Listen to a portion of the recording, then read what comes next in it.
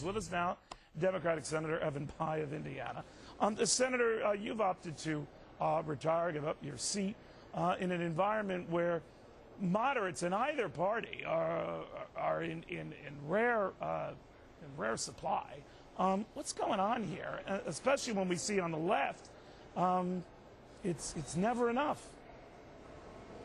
Neil, it's like Alice in Wonderland has come to Washington when Nancy Pelosi is being attacked for not being liberal enough, or a guy like Bob Bennett, a good staunch conservative in Utah, has turned out for not being conservative enough. The bases of the two parties have never been more alienated. In this particular case, we're going to see more Democrats defeated, particularly moderates in swing states.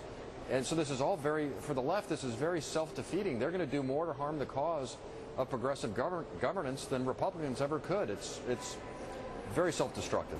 Well, Senator, as you pointed out in prior appearances on the network, it's not as if the right doesn't have a little internecine battle going on among Tea Parties and conservatives, and you touched on with Senator Bennett.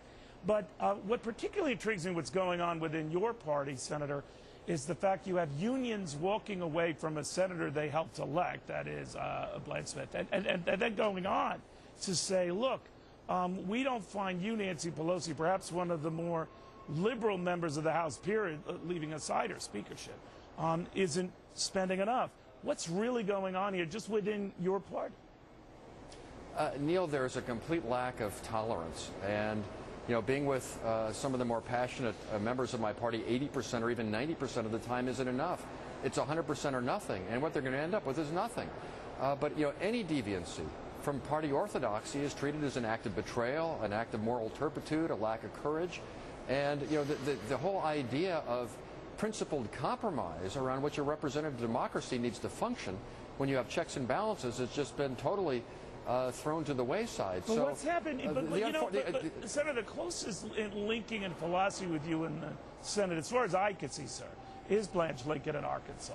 And I'm wondering if this is a message that the party powers that be are sending, that you either are with us every step of the way, and for card check and for you know, the public option or whatever, you're done, you're toast, you're gone. There's no question that's the message that's being sent, Neil, and so it's going to put members in a very difficult situation, particularly from states like Arkansas, like my own, that are more moderate to conservative on fiscal and economic issues, and the net result of that is going to be more people who actually disagree with the policies that these people who are attacking people like Blanche Lincoln are supporting. It's deeply self-destructive, and ultimately it's also going to be bad for our democracy, because independents, moderates of both parties are going to be increasingly turned off.